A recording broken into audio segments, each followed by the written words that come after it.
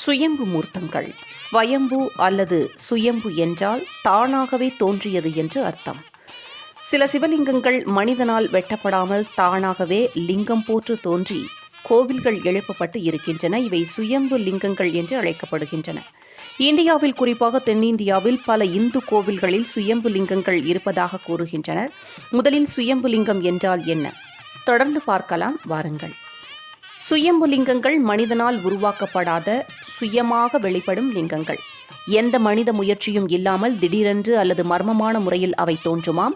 அவர்கள் சுயமாக இருப்பவர்கள் மற்றும் துறவிகள் அல்லது புனிதர்கள் அவர்களை கண்டால் சுயம்பு லிங்கங்களை வைத்து அவர்கள் ஒரு கோவிலை நிறுவுகிறார்கள். ஆதிசங்கரர் போன்ற மகான்கள் இதுபோன்ற லிங்கங்களை பல இடங்களில் நிறுவியதாக பல கதைகள் உள்ளன. புகழ்பெற்ற மதுரை மீனாட்சியம்மன் கோயிலில் சுயம்பு லிங்கம் உள்ளது. லிங்கத்தின் தன்னிச்சையான தோற்றத்திற்கு பின்னால் ஏதாவது அறிவியல் இருக்கிறதா? சில